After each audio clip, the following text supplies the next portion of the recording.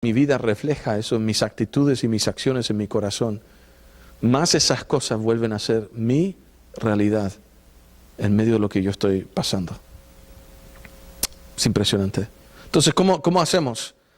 ¿Cómo puedo llegar a ese punto? Porque otra vez, yo puedo estar hablando de cosas como esto y ya hay gente que empieza a decir, bueno, eso está bien, tal vez para ti, pero yo vivo en otra realidad o no sabes mi situación, mi circunstancia o sea, ¿cómo llegamos a ese punto? Y quiero decir primeramente, no importa cuál es tu circunstancia, puedes vivir en la realidad del Señor Jesucristo, en su poder, en su amor, ¿ya?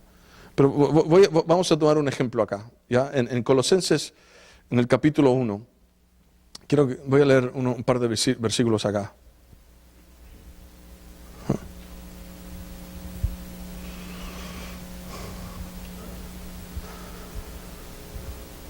Voy a tomar el versículo 13, ¿ya? Esto es Colosenses 1:13. Ahora, todo esto está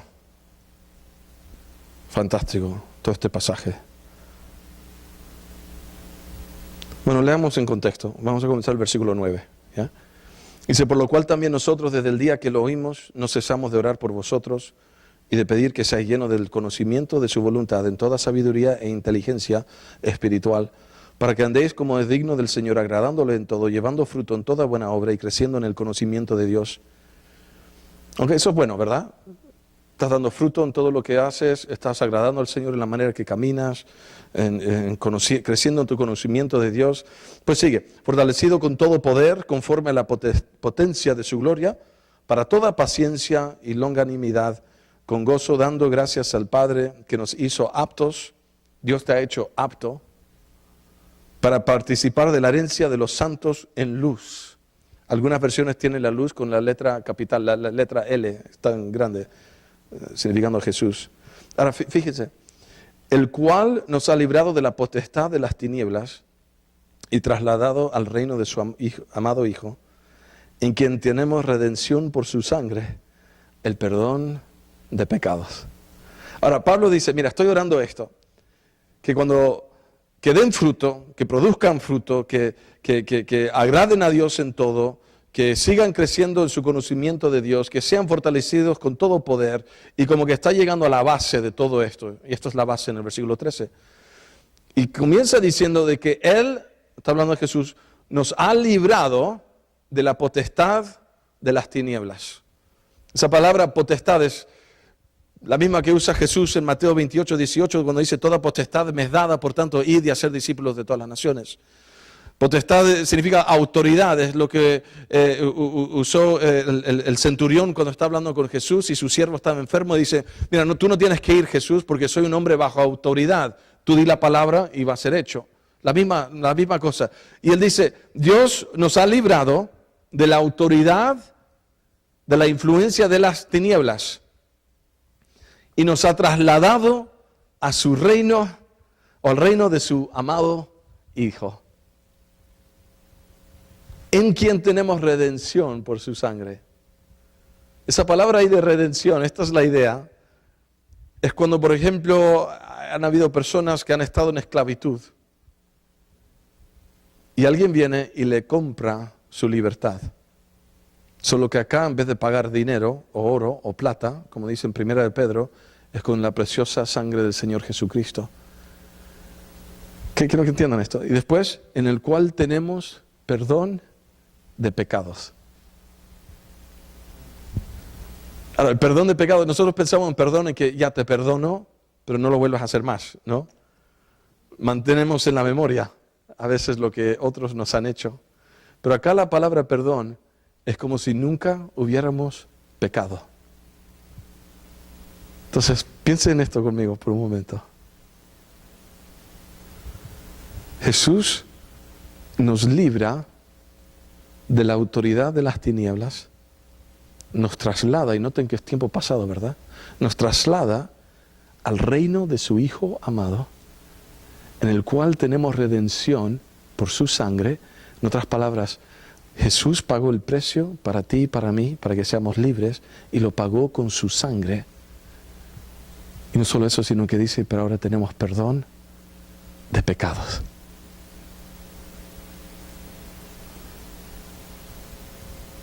No solamente que me dice, ya te perdono.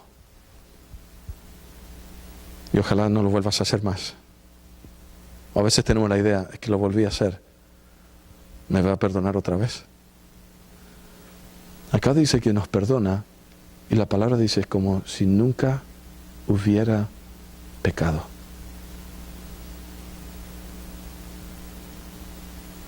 Como si nunca hubiera pecado.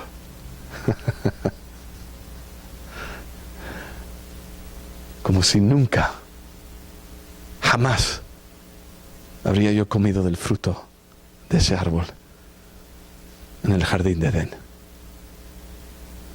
Me vuelve otra vez a poner en comunión y relación con Dios, como si nunca hubiera pecado. Ahora, yo puedo leer este pasaje, puedo decir qué fantástico ese versículo. Parece irreal. Me ha trasladado de la autoridad y el dominio de la oscuridad y las tinieblas, me ha llevado al reino de su Hijo amado. Tengo redención, pagó un precio por mí, tengo un alto valor para Dios, porque el precio que Dios pagó para cada uno de nosotros es su Hijo. Tenemos un gran valor ante sus ojos. Y no solo eso, sino que me perdona mis pecados.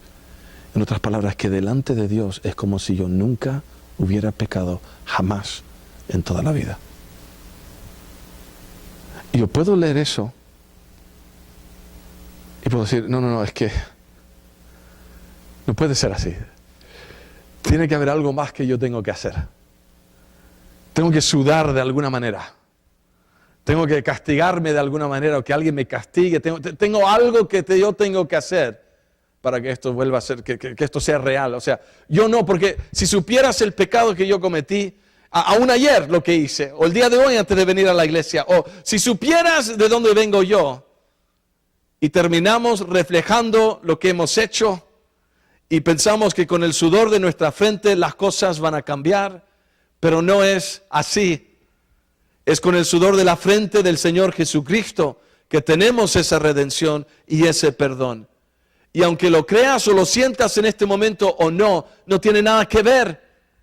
Lo que empiezas a hacer es tomar versículos como eso y decir, Dios, te doy gracias que a través de tu Hijo Jesús yo gozo de esto, de que tú pagaste un alto precio para mí, que tú me has perdonado y que delante de tus ojos es como si nunca he pecado en toda la vida. No tengo ninguna mancha sobre mí, no hay nada que indique que he pecado jamás en la vida delante de tus ojos.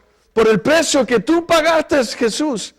Y si no, siempre vamos a estar a la misericordia de nuestra conciencia, de nuestra memoria, del enemigo echándonos las cosas en la cara y decir, bueno, es que si es que cometí ese pecado en ese momento y bueno, ¿y qué voy a hacer? Y no somos un producto de esas cosas, somos un producto de lo que Jesús hizo en la cruz. Y si tú quieres romper el ciclo de pecado, te voy a decir cómo hacerlo. No es con el sudor de tu frente, intenta no pecar y buena suerte con eso. No tiene nada que ver con tu esfuerzo. Tiene que ver con lo que Él hizo. Si Él me ha redimido del pecado, significa que el pecado ya no se asedia de mí, ya no tiene cómo de dónde agarrarme. No tiene autoridad sobre mí porque ahora pertenezco a otra persona. Me ha comprado con su sangre. Ya ni siquiera me pertenezco a mí mismo. Y si empiezo a ver el perdón y lo que eso significa, es que delante de sus ojos es como si nunca hubiera pecado. ¿Cómo afectaría eso tu forma de orar si realmente tomaras eso a pecho? ¿Cómo afectaría tu manera de adorar o de vivir todo lo que Dios o Jesús ha hecho por ti?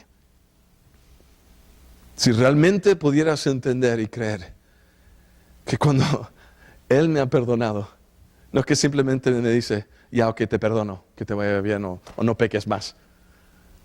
Perdón. Sino que es que se olvida, no solamente que se olvida, pero es como que si nunca hubiera pecado, jamás. Es lo que la palabra significa. Yo tomo mis fracasos, tomo mis errores y como que a veces me agarro de eso, es que mira, es que tú no entiendes lo que yo he hecho. No importa. Tú no entiendes lo que Jesús ha hecho por ti. No es con el sudor de tu frente, no es con lo que tú puedas hacer, es con lo que Él hizo. Y yo acepto eso, y le doy gracias por eso, y le alabo por eso. Y aunque no lo sienta, no importa. Y aunque tal vez acabo de pecar recién, ok, no importa, vuelvo otra vez, porque ese perdón sigue fresco ahí. Porque si leen ahí no dice el perdón de pecados a menos que no vuelvan otra vez a meter la pata. No dice nada así. O el perdón de pecados a aquellos que califican de azul. No. A propósito, esa palabra apto que acabamos de leer, que nos hace aptos para entrar en el reino de luz, significa que nos califica. Es como ir a un partido de fútbol y que no nos toca estar simplemente en la banca, sino que podemos participar en el partido. Estamos calificados para ir y jugar bien. Nos califica para ir hacia adelante. Ven, y por eso yo tengo la decisión cada día. En la rutina diaria tengo una decisión. Yo puedo reflejar lo que yo puedo hacer y soy un reflejo de lo que mis circunstancias y lo que me esté sucediendo, o soy un reflejo de lo que Jesús hizo por mí. Y ven, en medio de circunstancias, mira, cosas nos suceden a todos. O sea, en medio de esas circunstancias, de poder decir, Señor, pero yo te doy gracias, porque tu amor por mí es increíble, es impresionante. Aún el libro de Salmos dice que tu amor es mejor que el oro. Por eso mis labios te alaban. Y Señor, yo te alabo en este momento. Y no entiendo estas circunstancias y no me gustan particularmente pasar por todo esto.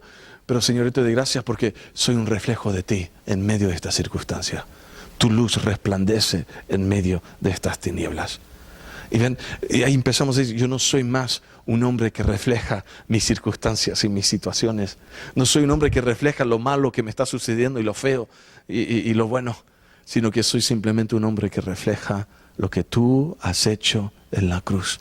Por tu sudor en la frente, tu esfuerzo, tu obra, lo que tú has hecho, yo soy un producto de eso. Y cuando empezamos a hablar de esa manera, el pecado empieza a perder más y más poder. Porque fe se desata, gracia se desata y empieza a ser mi realidad. Y despertamos y empezamos a decir,